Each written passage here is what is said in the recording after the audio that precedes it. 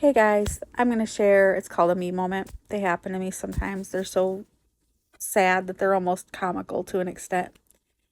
Today, my dad had a mini stroke, and with being on hospice, they haven't been able to send in his haven't been delivered yet the way that they do it.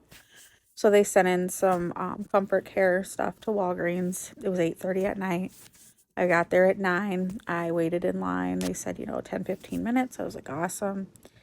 I sit down, the guy, I hear my name called, and I walk up, and the pharmacist is extremely rude. He was quite the jerk and was like, I don't know what's going on with this. The name isn't coming up right. The birth date's not coming up right. And I'm like, okay. He's like, I can't deal with this tonight. I will deal with it tomorrow. And just has like this little baby meltdown. I'm like, well, my dad had a stroke. He needs these meds tonight. And it was just, yeah.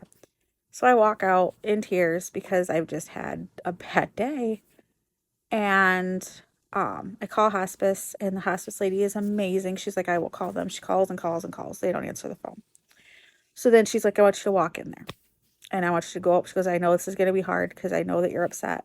She's like, but we need to get this done, and it's not fair to you. So I walk in there. There's a guy like this, and I didn't realize he's in line. There's 4 or 5 people in line, and he was looking at the wall of meds. I didn't think anything of it.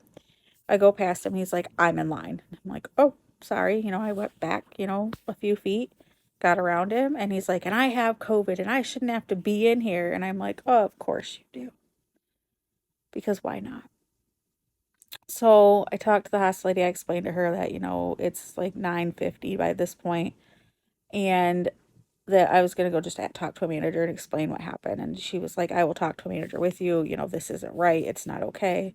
So we go talk to the manager. The manager's like super understanding. He goes back there, and the pharmacist bites his head off. So he goes back to give me corporate's number, and the hospice lady gets on the phone with him to give him information and say, look, this isn't right. That, this isn't okay. This patient needs this. Well, during this time, this lady comes storming in, barefoot, pregnant, and is having a meltdown at the cashier, screaming and yelling because there's a guy, and you can hear screaming and yelling in the back or in the corner.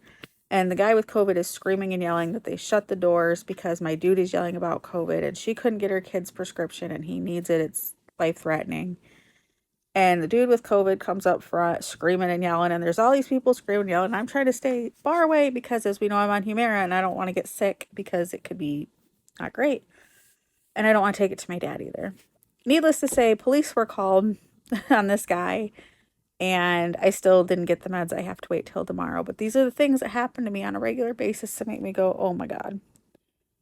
So if you don't see me for a few days, have a good night.